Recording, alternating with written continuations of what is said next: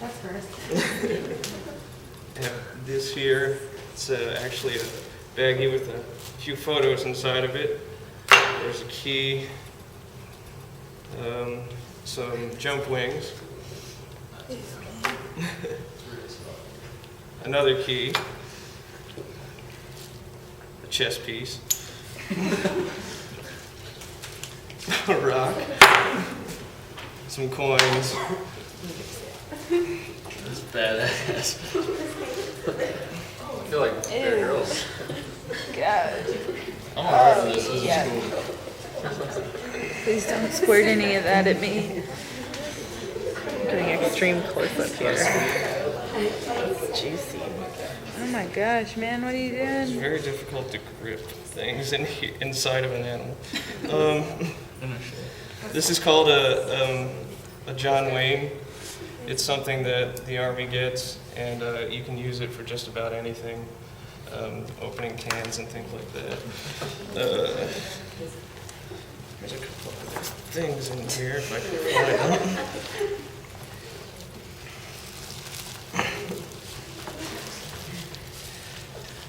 Suckers. As you can tell, there's a cavity. This is a fake animal, but I was hoping I could find it. Well, it's in this mass somewhere, but the idea behind this project, apart from the humor of it, is that it's about the relationship with my father. It's a very strange way to express it, but it's a very strange relationship that I have with my father. I love my father dearly. He's always been there for me. He's always helped me out. I always tried to be there for him as well. But sometimes we get violent. If we get too much whiskey in us, we get in a fist fight or something like that. But he was in the Army. He was a paratrooper in the 82nd Airborne. That's where this came from as well. He taught me a lot of things, and he got me into a lot of things as well. These photos here, there's a picture of my dad on the Korean DMZ. He got me into collecting coins. These are actually some tokens from an arcade. I don't know if any of you are even old enough to know what that is. This is a railroad master key at the time anyway. It could open any door at any time on the SEPTA Railroad in Philadelphia. My dad was a train dispatcher. He needed access to everything at all times. This is a key to my original home where I grew up. It means a lot to me. We sort of got forcefully kicked out when my parents got divorced and we moved down to Kentucky. So this key has a lot of meaning. Just an understanding of nature in general. This is a rock. My dad, he taught me a lot. He taught me how to catch snakes. He taught me how to catch frogs, how to identify tracks, looking for arrowheads, Skin a cat. skin a cat. He also taught me how to play chess. There's also some bullets in here. Those were the pieces that are very hard to find because they're very small. They're little 22 bullets. I dismantled them and put them in there. Whose blood is that? This is theatrical blood, so I didn't use any real blood or anything like that. I was gonna say, I can't smell it, so. Yeah. This is a bottle of blood that I've had for the longest time for movie prop, and I never used it, so I got to use it finally. Can you hold the cat? Can I hold the cat up? Yeah. Is there a reason why you chose the cat? There is a reason why I chose the cat.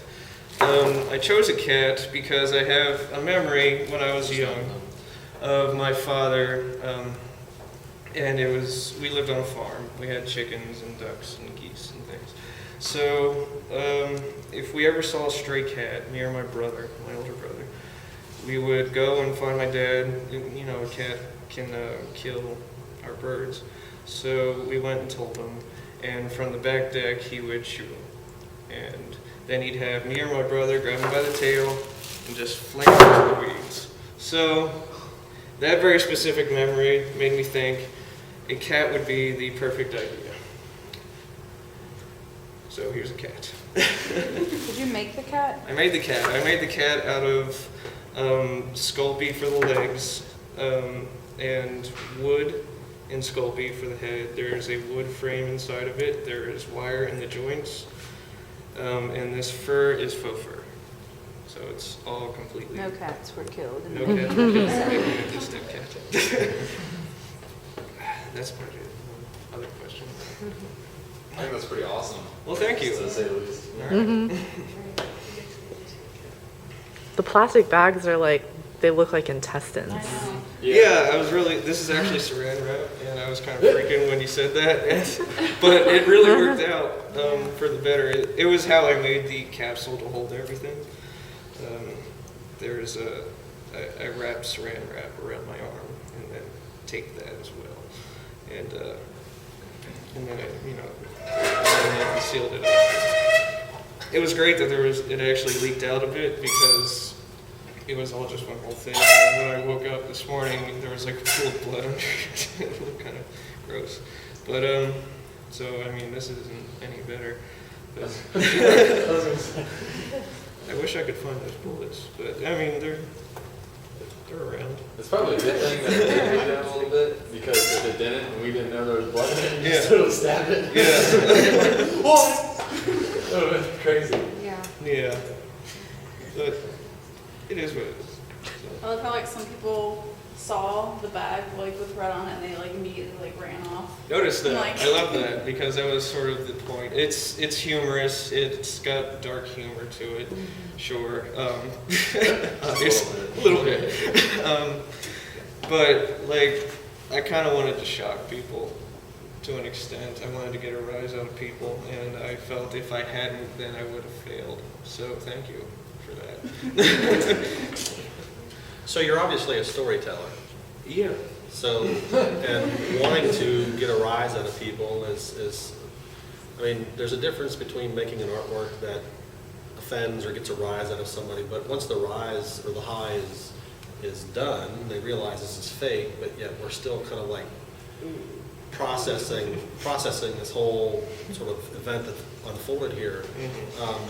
What is it that you want us to walk away with afterwards? Because obviously you're coming from a different standpoint. Right. This is sort of, it has an autobiographical reference, but it's also sort of related to cinema and props and gore and that kind of thing. So you're sort of floating in a couple different zones here.